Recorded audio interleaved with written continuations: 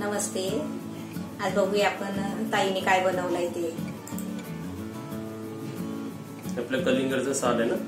हे कलिंगडची साल आहे. आता त्याला ती म्हणजे त्याचं साल काढते. वरच्या सालीचं साल काढते. सालीचं साल काढते. आता बघा हे झालं साल काढून. आता थोडस आतमध्ये लाल पण आहे ना ते. ते थोडस आहे. आता ते ग्रेट करते पूर्ण. म्हणजे ते किसणीवर किसून घ्यायचं. किसणीवर किसून घेते.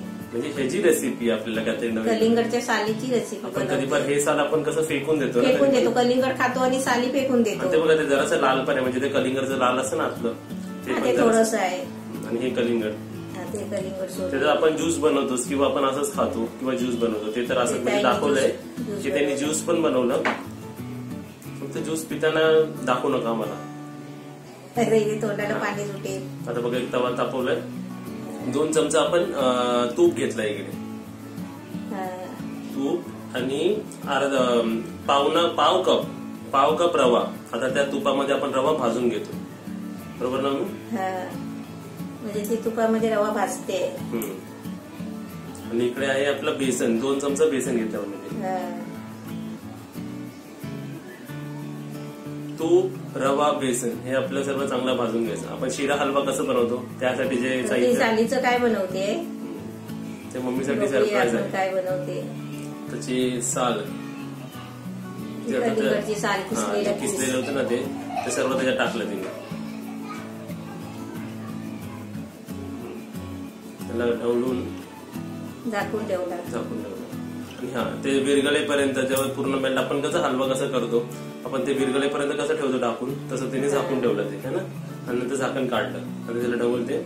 आणि आपल्याला जेवढी साखर पाहिजे म्हणजे तिने अर्धा कप इकडे साखर टाकली. म्हणजे आपल्याला चवी आपल्याला गोड पाहिजे तेवढी. आणि वेलची पावडर टाकली. वेलची पावडर पण टाकली. म्हणजे हे काय झालं हलवा झाला. शिरा हलवा आपण म्हणतो ना. पण एक नवीन प्रकारचा दुधीचा सालीचा जे आपण दुधीचं साल आपण फेकतो. नाही दुधीचा आपण हलवा बनवतो. दुधी सॉरी आपण एक कलिंगडच्या सालीचा हलवा बनवतो. हा कलिंगडच्या सालीचा. आपण कलिंगड खातो आणि साल फेकून देतो. सॉरी मी दुधी बोललो कन्फ्युज झालो. हे कलिंगडच्या सालीचा हलवा आहे. पण हे काहीतरी वेगळं ड्रायफ्रूट टाकलं. आपले काजू बदाम टाकले तिने वरती. म्हणजे झालं रेडी. असंच आपण दुधीचा हलवा पण बनवू शकतो ना. दुधीचा हलवा तर बनवतातच. मग हे असं वाटेल की दुधीचाच आहे. पण आपण कलिंगड आणला ना तर कलिंगड खायचं आणि साल नाही टाकून द्यायची. असं आपण सालीचा हलवा बनवू शकतो. म्हणजे आपल्या समोरच्याला आपण समोर कोण पाहुणे आले किंवा आपल्यासाठीच आपण कलिंगडचा ज्यूस पण ठेवू शकतो एका प्लेटमध्ये. आणि त्याच प्लेटमध्ये आपण हलवा सुद्धा ठेवू शकतो. म्हणजे ही एकदम छान रेसिपी आणि काहीतरी नवीन रेसिपी आपल्याला शिकायला भेटली. तर तुम्हाला रेसिपी कशी वाटली ते मला कमेंटमध्ये सांगा.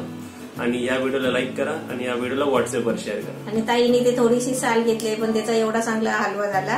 आता आपण समजा ते पुरा कलिंगडची साल आपण घेतली तर असं भरपूर सारा म्हणजे हलवा होऊ शकतो ना. आपलं जसं प्रमाण असेल त्या प्रमाणाने आपण ते बाकीचे प्रमाण वाढवायचे आणि आपलं एक चांगल्या प्रकारे एक हलवा बनवायचा. समोरच्याला सांगायचंच नाही की हा कसला हलवा आहे. फक्त तुम्ही टेस्ट करा आणि त्यानंतर आम्हाला सांगा की हे तुम्हाला आवडलं की नाही. आवडल्यानंतर सांगा की हे कलिंगडच्या सालीचा हलवा आहे.